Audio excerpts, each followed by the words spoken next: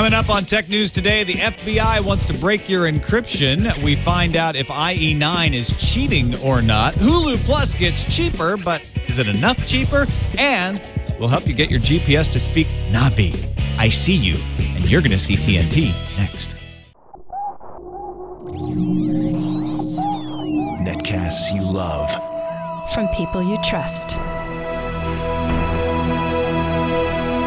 This is TWiT. Bandwidth for Tech News Today is provided by Cachefly at CACHEFLY.com.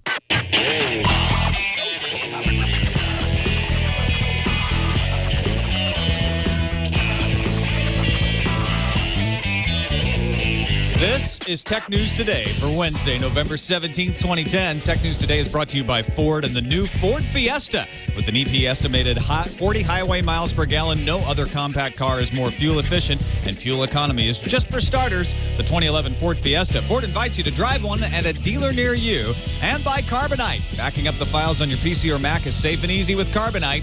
For a free trial plus 2 free months with purchase, go to Carbonite.com. Offer code TNT. Welcome to Tech News Today. I'm Tom Merritt. And I'm Jason Iyaz, Akhtar. Oh, gee, I put Iyaz. I'm sorry. I'm not looking at it. Go, say your name, Iyaz. I'm still Iyaz, Akhtar. PCMag.com's Iyaz Akhtar. Congratulations. Sorry Thank you. Starting Monday. Starting Monday. You can go to PCMag.com and read what I write.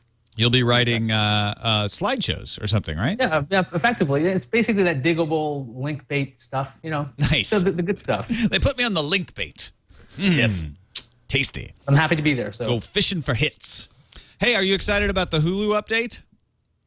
What is the Hulu update? The $7.99 price drop? Yes, they did a ton of things. It came to the Roku today. They added split screen viewing to the iPad. And they dropped the price from $10 a month to $8 a month. Not the $5 a month everybody was hoping for, but $8, Tom. $7.99. And don't forget that's the 1 week free in journalistic terms. That's true. We finally get a free preview. I mean, when you originally would sign up for Hulu Plus, you had to pay $9.99 out of the gate, but now they're going to refund you the $2 difference if you had signed up earlier, and you get a 1 week free if you've never tried it out before, which that's really cool. Plus, I think if you refer friends, they give you free time on Hulu Plus up to 20 weeks. It sounds like they're being run by Netflix. They are totally trying to take pages from Netflix. They're trying to be on all these devices. They're trying to, get that nice guy image. The split screen thing, in case you're wondering what that is, before on Hulu Plus app, if you were playing something, you couldn't browse around. You had to stop playing it if you wanted to browse around and look for something else. Now they've got it so you can keep it playing up in the corner there, and then you can still kind of look around and look at clips and do searches and all of that while your video is still playing up there. And then when you're done looking around, you just hit the full screen button and it goes back to full screen. So that's a nice little change. So it's like $7.99. Yeah. Do you think that's going to get a lot of people going in for it now? Is that really that significant a price cut from $9.99 though? It's funny. Given that the rumors were $4.99, it doesn't seem like as big of a deal. It's like it split the difference. But I think if you hadn't heard the $4.99, then you'd be like, oh, well, $8. Okay, that's not bad. And we've got some feedback on that from somebody, what psychologically it may do to your deciding purpose. Question is, will this thing, it's really on the Roku. I tried it out this morning. It's not just coming soon anymore. It's now $8 a month, so it's a little cheaper. Will this make you cut the cord? Actually, I cut the cord a while ago. Well, not you, but I mean one. Will it make one? We'll make one. Okay, so yes, I think it might. I mean, the thing is, Roku as a box is kind of a geek product, but since Hulu Plus is on so many other things like Sony Blu-ray players and it's built into certain TVs, I think at this point, or it's going to be, it probably will make it a lot easier for people to leave as long as they're not looking for like CBS content. But it makes it seem so much crazier to spend $100 for television instead of just paying $8 for selected networks. Of course, cable companies have been saying that even though their subscriptions are declining for the first time in a long time, it's because of the economy, not people switching to internet television. However, SNL Kagan came out with a study disputing that. They say that cable guys like Time Warner and Comcast are losing more customers than the satellite guys and the telcos Telcos like Verizon are actually adding customers right now. So why are the cable companies losing customers while satellite and telcos are adding customers? And they also say that it is becoming increasingly difficult to dismiss the impact of over-the-top substitution on video subscriber performance. Over-the-top being people watching television over the internet, particularly after seeing declines during the period of the year that tends to produce the largest subscriber gains due to seasonal shifts back to television. The new fall season's on, and the subscribership went down again. Well, it seems like the telecoms usually have, at least in my area, they have better speeds than the cable companies. So, like, if you're looking at your options and the economy is impacting everybody, you might go, okay, what's cheaper? Usually the telecoms have better deals for faster speeds, again, in my area. So that would be a real quick way to go over there. And then you find out you can go online to find almost everything. I mean, you can find everything almost illegally, but you can find a lot of things legally. So, and at crazy fast speeds at a lower price. So, I mean, I think the economy is causing people to go, okay, what other solutions do I have? And cable companies are pretty much notoriously known for lousy customer service across the board. So it's not that surprising that people would be leaving them anyway. Jacob in the chat room has a really good point. Services like Hulu need to give live programming, not just sports. We hear a lot of people talk about sports, and there is some live sports coming to these services like Roku. He says live programming, more importantly, live with Regis and Kelly, because my mom won't cut cable because of that show. And there are lots of examples of that, where there's that one show that people want to see live. Well, you can get an over-the-air antenna, but you maybe could. if it works. You could do over the air for Regis and Kelly. Yeah, there may be other cable stuff that you can't. But yeah, but then you're going into that.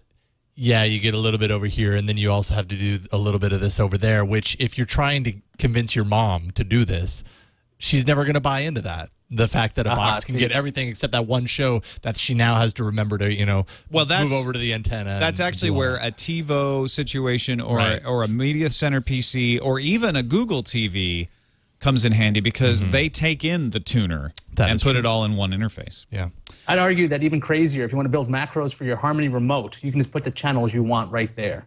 Yeah. Like, this is your Regis and Kelly button. Just push it. Right. And it'll go. Put a picture of Regis right above the button. This is your Regis button. Make it happen, Harmony. Warner Brothers is scrambling to identify who leaked the first 36 minutes of Harry Potter and the Deathly Hallows Part 1. It went to BitTorrent yesterday. Movie doesn't open until this Friday. And Warner Brothers says they will hunt down this person. Quote, "This constitutes a serious breach of copyright violation." It's a breach of copyright violation? Does that mean it's not copyright violation? If it's a breach? That's actually what it says. That's the quote. Yeah, that's the quote. This constitutes a serious breach of copyright violation. Yeah, I don't think they breached copyright violation. I think they breached copyright. But anyway, breach of copyright and theft of Warner Brothers property. We are working actively to restrict and or remove copies that may be available. Also, we are vigorously investigating this matter and will prosecute those involved to the fullest extent of the law. Maybe a lot of people think that that Warner Brothers actually leaked this themselves. Yeah, maybe that poorly worded statement is actually like a wink, wink, nudge, nudge. You know, it was us. It was a breach of copyright violation. I was like, wait, that doesn't make any sense. So maybe that was their way of getting out of it. Yeah, of not admitting. 36 minutes of a DVD screener getting out. It's also kind of unusual, because if you had the DVD screener, wouldn't you just upload the whole dang thing? Or should we be talking about the movie that's coming out on Friday? Is this a trend? Because this isn't the only movie in the past 48 hours that's leaked partially. Tron, right? Tron was leaked 25 minutes, not from the beginning, but 25 minutes of Tron from earlier in the earlier part of the movie was leaked. Well, yeah. Why would anyone who wants to torrent something only take part of the movie? If this is a DVD screener, why would you just take the first 36 minutes? And why the first 36 minutes? Why not just give the last 36 minutes? Did they get interrupted while they were stealing it? Oh, well, something's better than nothing. All right, here you go, Internet. Yeah, did it just stop rendering? Minute 37, it says, "This is property of XYZ employee." Maybe that's what the thing is. We could have blurred that out or anything, but... Yeah. You know, some good theories in the chat room say because it's in edit, but this looks like it was stolen from a DVD screener. So if they stole it from the edit room, it would have come out a long time ago. This is a screener. This is the whole movie, and the whole movie's coming on Friday. So I think it's unlikely that it was stolen from edit, although that is a good theory. That could explain it. Or maybe they actually had multiple discs for the screener. Because at this point, if maybe a sales reel for the theaters might only have a smaller portion of the movie on it. That could make sense. Or they just gave it away and did it for this viral marketing because we're talking about it and like they don't need the promotion, but I mean, it's a gigantic movie no matter what. Some people are saying only the first 36 minutes was worth watching anyway. But yeah, there are a lot of conspiracy theories out there saying it looks like they think Warner Brothers put this out because there have been some effects in the past where you leak a portion of a movie online and then you end up having people decide, you know what, I'm going to see it now, where I wouldn't have seen it before.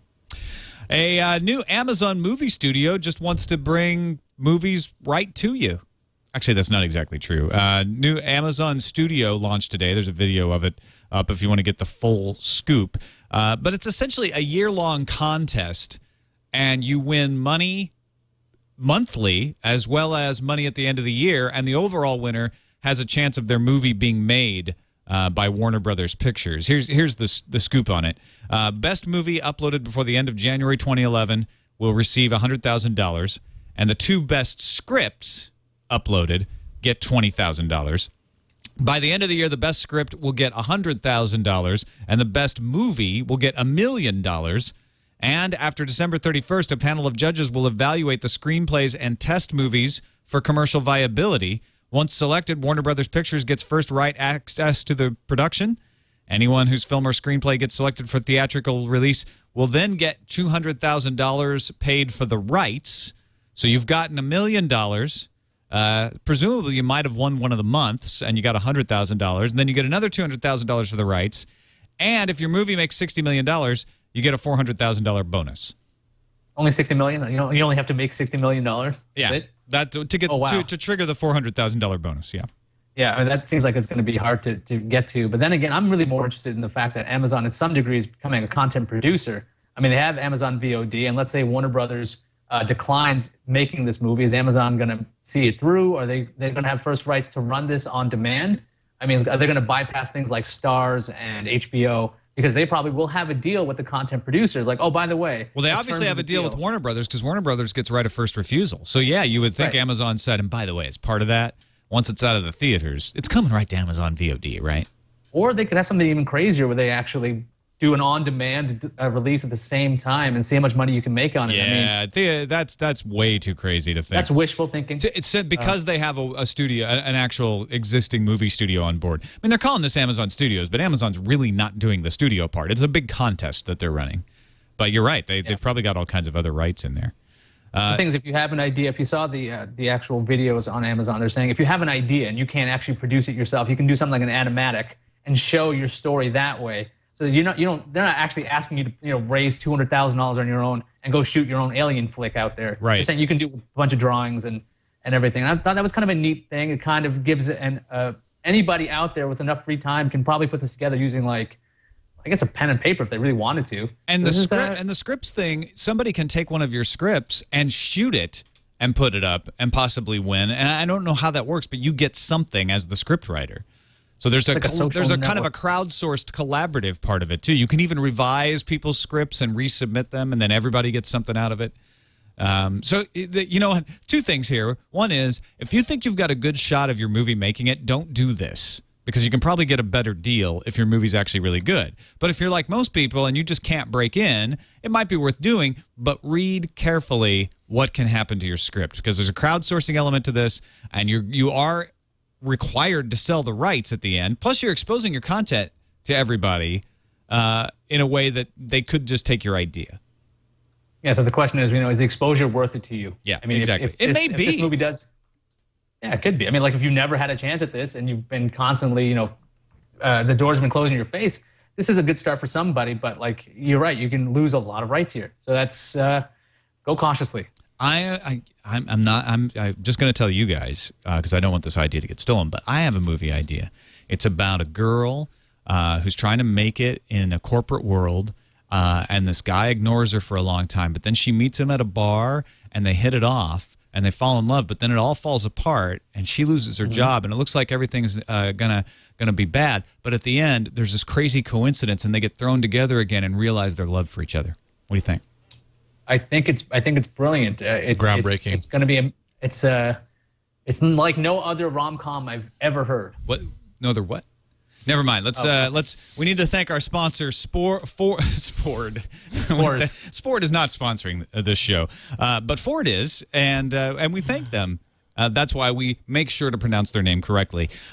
Ford allowed Leo to come. Well, not allowed. They encouraged. Leo was very excited to go out to Dearborn to check out the Rogue plant. This is not a plant that roams the land. It's just called the Rogue plant, where Ford cars and trucks have been made for decades, since the early 1900s.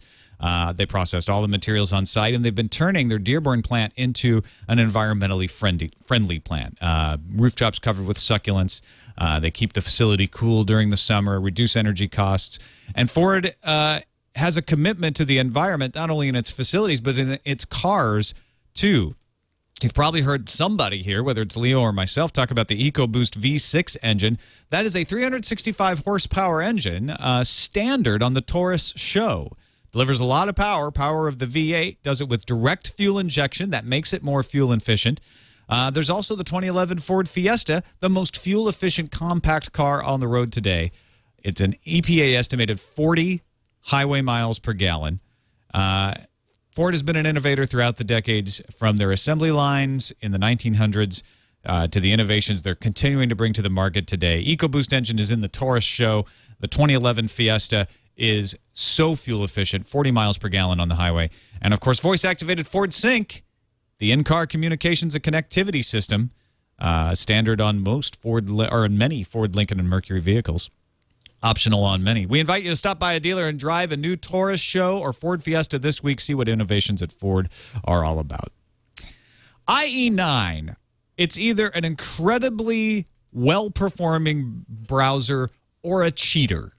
Which is it, Iyaz, Akhtar? Well, I'm thinking it performs really well. So if you guys don't know, IE9 is well, I guess it's being tested, and there's a lot of different releases coming out over and over again. They're getting benchmarked to see how well it does with JavaScript. Now, the latest test shows that it is incredibly fast.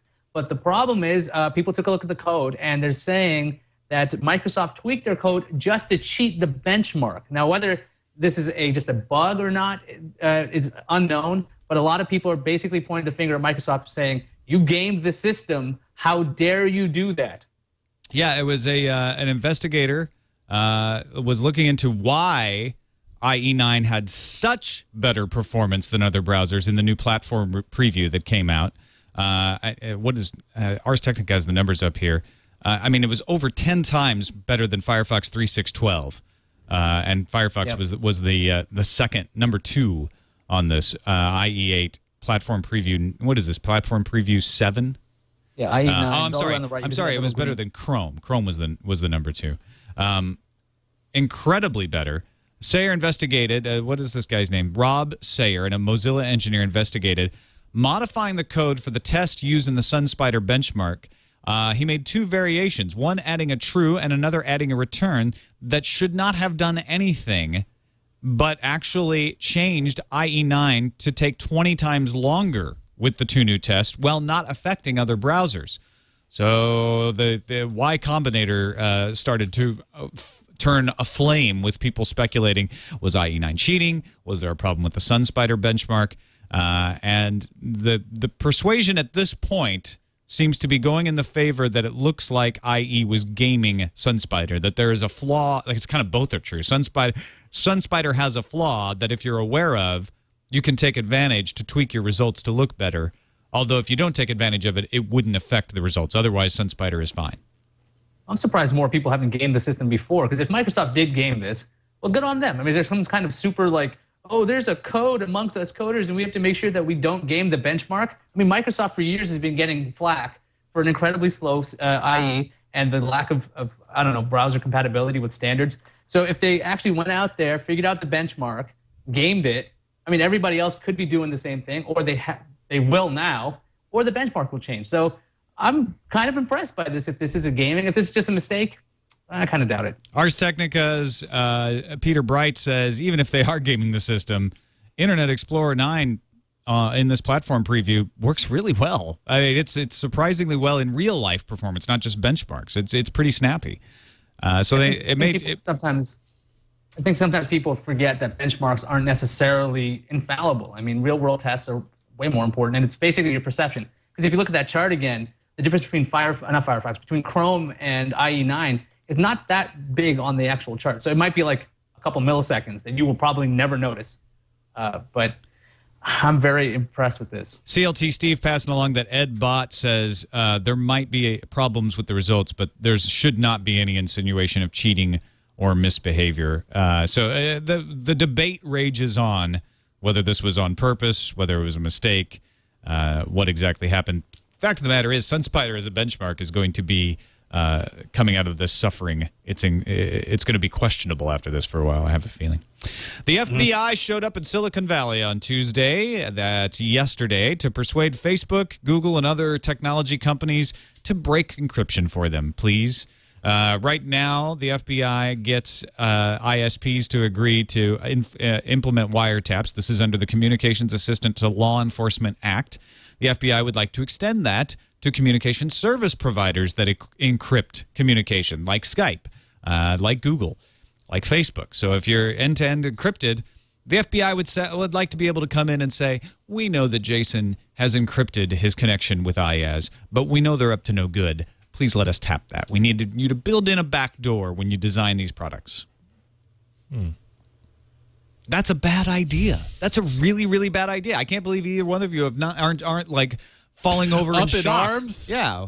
No, but see, I can see why the FBI would do this in the first place. Oh, well, sure. I totally understand why this, they want to do it. The second they have to spend man-hours going through the encryption, instead of just going, hey, would you mind just letting us see this? I mean, the theory is Google's not going to allow this, and Facebook probably won't allow this. I mean, but if you ask, what's the worst thing that happens? They don't let you do it.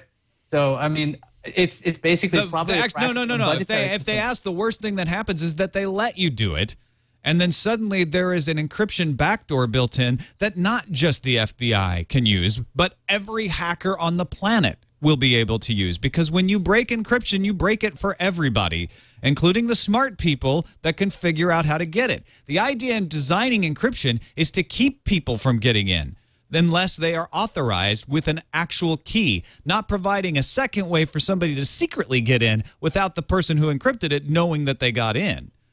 They're going to get a special key. They're going to get a regular key. They're just going to get Google's kind of access. They want them to design the product to have a backdoor that the FBI can go into anytime they want. Their own special treatment. I mean, maybe they're not thinking of it that way. They're probably just thinking about dollars and cents. I mean, you got to think about this. There's a lack of, I don't know, funding for a lot of government projects. So I mean, to not have we're getting some static. We're getting some static on your line, Iyaz. I think the government's I think that's got to be them. The government. Yeah. Is that worse?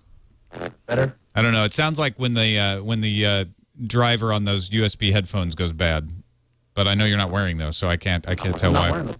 Whoa! Either that or you're turning into a Cylon right in front of us. You are definitely Cyloning one way or another. There's always something wrong. It's definitely getting worse. Okay. Ideas. I would unplug something and plug it back in. I don't know what your setup is, so I can't tell you anything.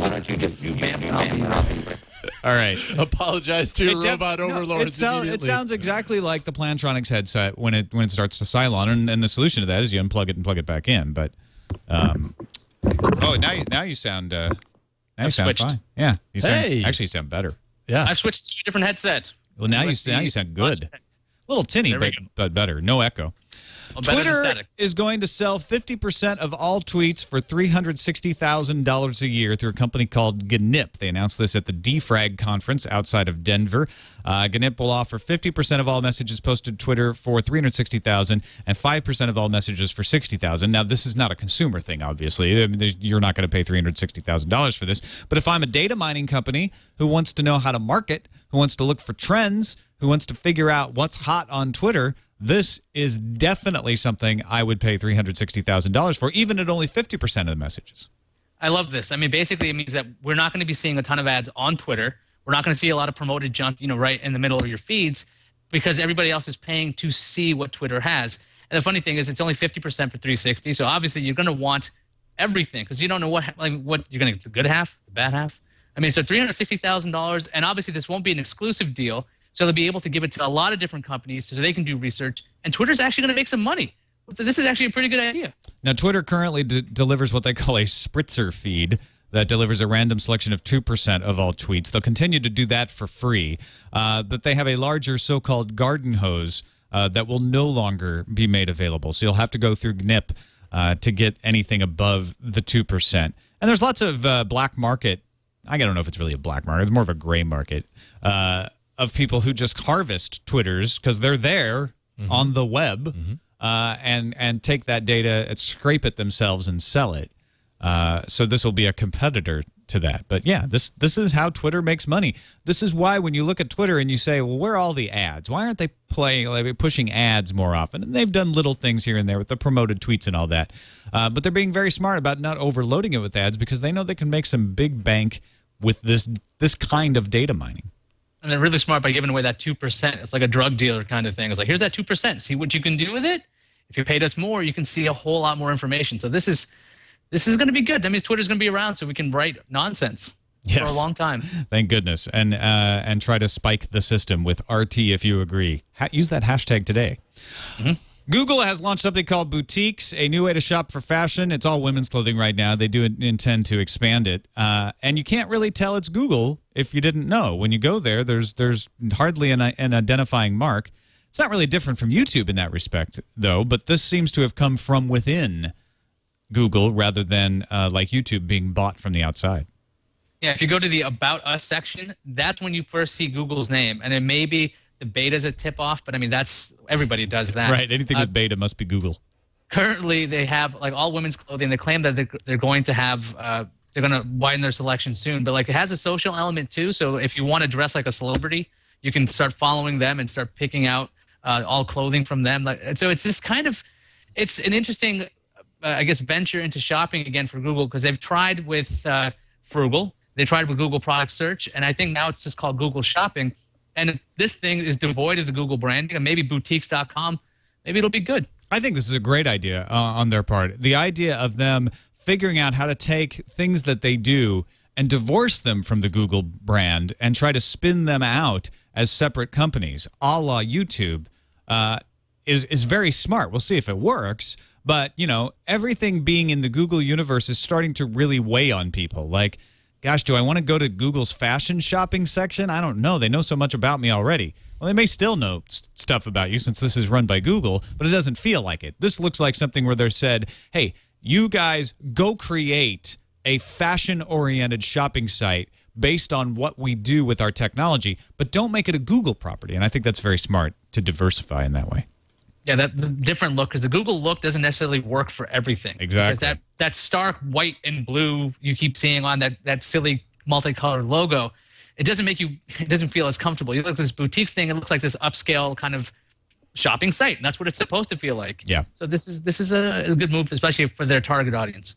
I think that this is not this does not look like it was actually created by Google, and that's a good thing. Want to thank our other sponsor, Carbonite, which is also a good thing. If you are worried about your data, and you should be backing up in multiple places. And when you back up online, I back up with Carbonite. Unexpected computer disaster could strike at any moment. Could be an earthquake. People say, well, I live in California. There's earthquakes out there. Yeah, well, it could be a tornado. You people in Tornado Alley. Could be a tsunami if you in Japan. Or it could be a cyclone or a hurricane. Or just a plain old thunderstorm and a lightning strike could zap all your data. So a little peace of mind to say, you know what, I'm going to have my data in multiple places. So if one of those places goes down or even two of those places go down, I'm safe. Having it in the cloud is a good idea. Carbonite.com does that for you. Protects all of your valuable files, end-to-end encryption, easy to use. Once you set it up, you don't have to touch it. You tell it, back up all this stuff. Go. $55 a year. That's less than 15 cents a day. Well, it's just about 15 cents a day anyway. Try it for free. Go to Carbonite.com, enter the offer code TNT. If you decide to buy the service, we'll give you 2 free months free with the code TNT. So be sure to sign up for the free trial from the homepage if you want to get the 2 months free. You don't even need a credit card. Go sign up now. Carbonite.com, offer code TNT. Time for the news fuse.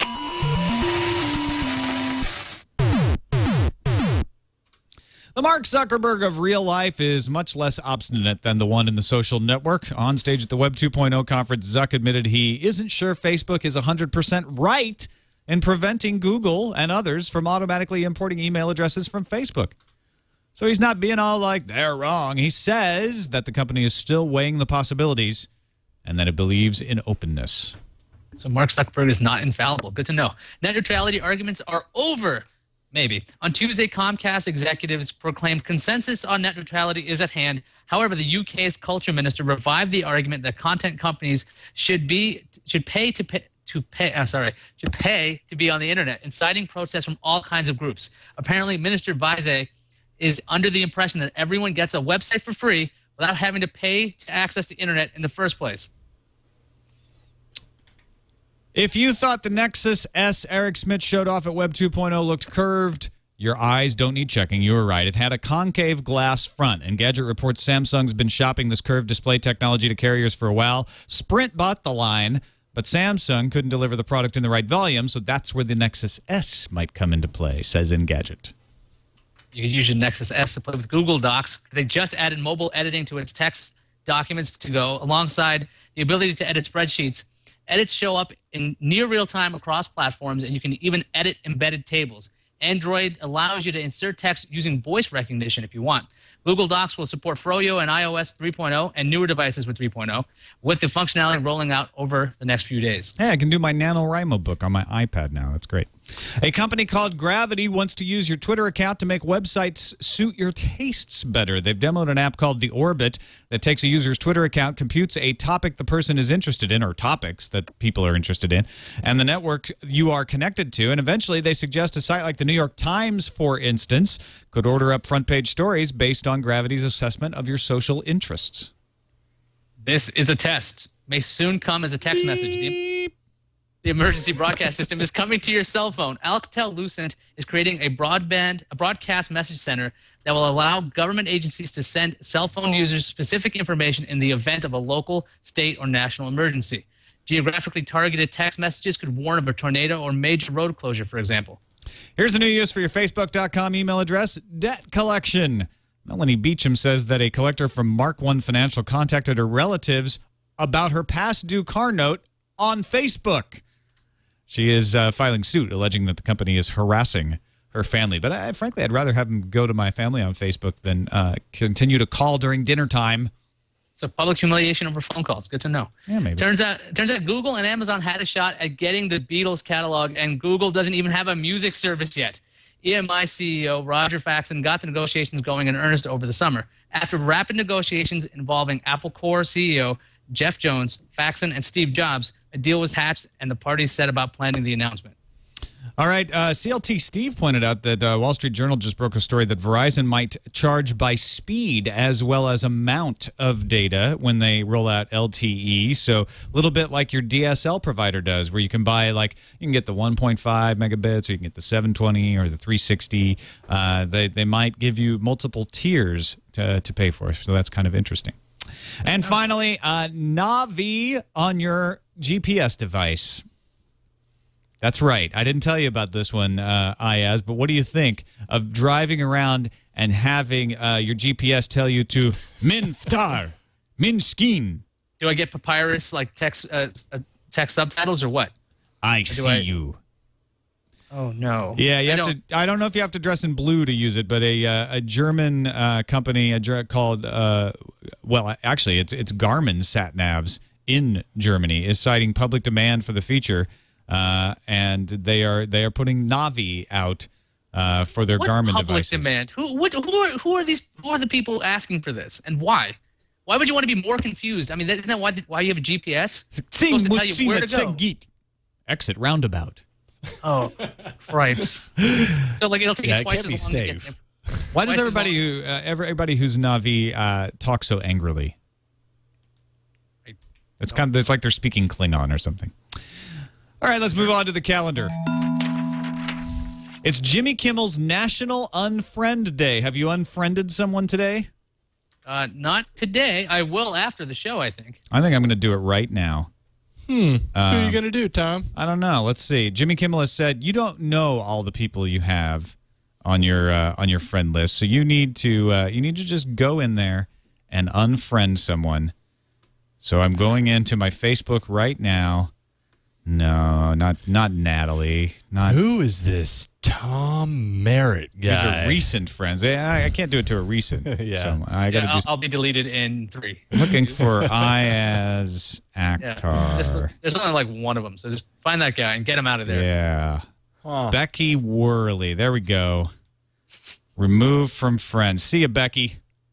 I've unfriended you. Wow. That's Sorry, harsh. Jimmy Kimmel told him to do it. So Now I feel horrible. But that was to celebrate, to just show you it can be done. You can unfriend anybody you want. Now I got to add her back. There's a better suggestion in the chat room. This is National Unfriend Iyaz Day. I think that's way better. couldn't do that to Iyaz. Everyone should do it. Go for it, folks. Do you know how many Becky Worleys there are on Facebook? 9. That's ridiculous. Wow. I'll never be able to find her again now. Uh-oh. Look what you did. Oh, yeah. That was rude, but Jimmy Kimmel made me do it. Boxee Box available at retail today, so if you go to Walmart or some such type of place, you'll be able to just walk in the store and buy a Boxee Box. Voodoo hits the PS3 on November 23rd. There's another UI overhaul coming in mid-December, so PS3 is starting to turn into one of those set-top boxes that might replace your cable. nice. That's what Sony's been asking for from the very get-go with the PS3. They wanted this thing to be the one box you have in your living room, and this is cool. And we are collecting the best moments of TNT. Actually, all of the Twitch shows, a lot of the Twitch shows are collecting their best moments for year-end specials. If there was a moment sometime since June 1st that you thought should be captured for that best of, it's very easy to tell us what it is. Find the episode, find the time code, and then go to twit.tv/bestof and let us know in the form. We got a form there. You just fill out, give us the time code, the episode number, and you've helped us out quite a bit. Yeah, we've already started receiving some. We've got a handful of them. Definitely not enough for a full episode. Save our intern from having to dig through each and every episode. Send us some Alex. ideas, please. Maybe you need a picture of Alex just kind of like crying above the graphic. Please All right, save I me. will work on of that. the interns. Think of the interns, please. Or a baby That's all I seal or ask. something. Just put it up. Right. All right, let's go to our video voicemail. We have a description of how Hulu Plus beat out Netflix for one man. Tom, Jason, Yes. Becky, and Sarah. Hulu Plus. I signed up for Hulu Plus on the 1st of November. I'll admit I was going for that $5 a month deal. Found out that wasn't going to happen. So I said, come December 1st, I'll drop it, because I really wasn't impressed. Then today in my mailbox, I see they have dropped the price to $7.99. Now, Netflix is costing me $8.99. That $1 under was enough to make me say, maybe I'll stick around and see what they have to offer in the next month. Hulu, you did it. Look at that. So just that dollar under. They're undercutting Netflix. They will not be undersold. That's $12 a year. Do you think that's why they did it? Maybe. Just to keep it under. Yeah, I They're guess like, we can't go to $4.99, but if we look cheaper than Netflix, that'll And help. Netflix is pretty cheap, $8.99. I will have to say this though. By the way, Phil, epic mustache and beard. I gotta say, Nicely That was done. impressive. A man always looks better with a mustache and beard. Don't you agree, Iyaz? No. All right, finish off with an email to TNT@twit.tv. Jake wrote in and said he's got a cunning plan to use one box. We talked about how if you cut the cord, you cut cable, you have to buy boxes for every room. He says, aha, no, my plan with the Boxee Box is to use an HDMI splitter to split off the signal from the box to all TVs. The remote is RF, so it'll work in every room. How many TVs does this guy have? I don't know. If he's got enough, a powered splitter is going to cost him like a couple bucks. Let's just say that's like $50, and he's going to need HDMI cable. So he's going to be ripping this stuff through the house. A 50-foot cable is about $30 on mono price. Okay, so if he's doing this, it's starting to add up. You can just But it's still cheaper than $200 a pop per room. Well, again, how many TVs does he have? That's the thing. We did this on This Old Nerd, and if he's doing it over Cat 6, I mean, it's gonna start costing a couple of bucks. And again, how many rooms does he have? And an HDMI cable, you can't just make them yourself. So I don't think. But it's still cheaper than $300 a room, don't you think? Why? It's $200 a room. Or $200 a room. Sorry. It may be. If you talk about the Roku and you're talking about $79 or $99, actually Look at some $99 means you don't even have to run the cable. You just do Wi-Fi. Take some old laptops you got sitting around, or Xbox 360. You can do like half the stuff on all these machines. So this is not necessary. All right. I can save you more money. Is what I'm saying. Yeah, I don't know if you could, though, at $200. Maybe you could with the Roku. I'll buy that. We need more. We need more information, Jay. Iyaz Akhtar from PCMag.com, or soon to be, anyway, starting Monday. Thanks for being on the show, man. Thanks for having me on. You can find me at PCMag.com or Iyaz.me, where I talk about all the projects I do, like This Old Nerd at thisoldnerd.com. So, and occasionally I'll show up on this show, I think. I hope so. I hope they'll still let you. I don't know. I am kind of in the big leagues now, Tom. Yes, please don't forget the little people when you're the little people at TWiT. Yeah, right. Twit.tv/TNT is our website. You can email us TNT@twit.tv. And don't forget, you can send us a video mail to that email address, or you can just give us a call and leave us a voicemail, 260-TNT show. We listen to all of them, even if we don't play them. Thanks for calling, everybody who has. We'll talk to you tomorrow.